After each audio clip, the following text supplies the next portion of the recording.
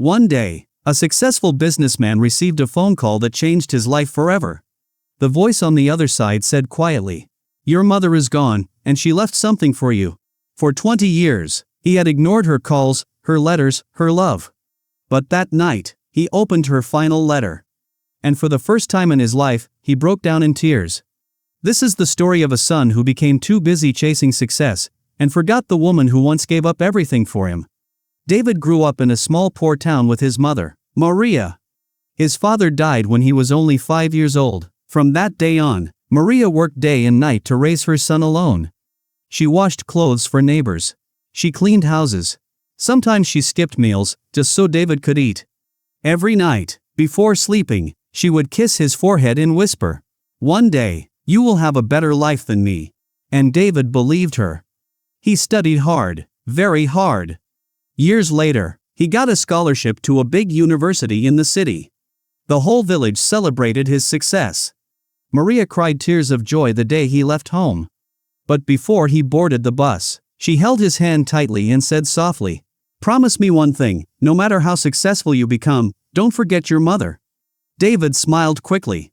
"Of course, Mom, never." But life changed him.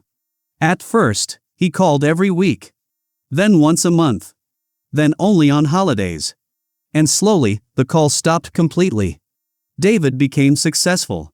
He got a high-paying job, a luxury apartment, expensive suits, important friends. He told himself he was too busy. Whenever his mother called, he would reject the call and think, "I'll talk later." But later never came.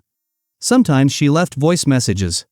"My son, I just wanted to hear your voice. I made your favorite soup today. I hope you are eating well." But David rarely listened till the end. Deep inside, he felt embarrassed by his poor background. He stopped visiting the village because he didn't want his rich friends to see where he came from. Meanwhile, Maria grew older. Her hair turned white. Her hands became weak. But every evening, she still sat near the window, waiting for her son to come home. Years passed. 20 long years. One rainy evening, David was sitting in his office when his phone rang. Unknown number. He almost ignored it. But something made him answer. "Hello?" A weak voice spoke. "Are you Maria's son?" David felt strange suddenly. "Yes." There was silence for a moment. Then the voice said, "I'm sorry, your mother passed away this morning." Everything around him became quiet. The office. The rain. The world. For the first time in years, David felt like a little boy again. The next day, he returned to his village. Nothing had changed. The same dusty roads. The same tiny house. But this time, it felt painfully empty. Inside the house, he saw his mother's old chair near the window. Beside it was a small wooden box with his name written on it. His hands trembled as he opened it. Inside were hundreds of things.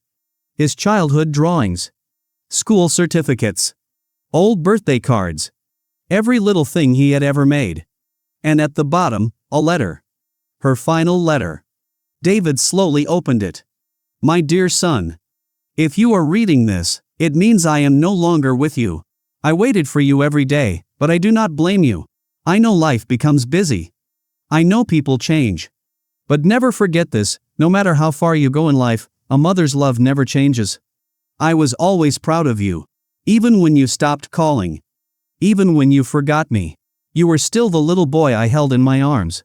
My only wish was to hear your voice one last time. But it's okay.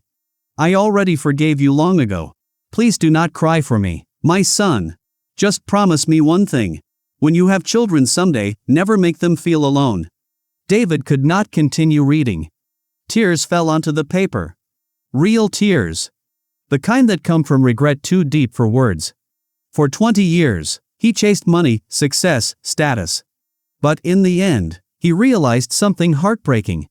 The person who loved him the most only wanted a few minutes of his time. And now, it was too late. That night, David sat beside his mother's empty chair until sunrise. And for the first time in many years, he whispered softly, "I'm sorry, Mom. Sometimes, we become so busy building our future that we forget the people who built us." We think there will always be more time. Another call. Another visit. Another chance. But life does not always give us another chance. If someone loves you deeply, value them while they are still here. Because one day, all that may remain is a memory, and a letter you can never answer. If this story touched your heart, share it with someone you love. And before you continue your day, maybe call your mother.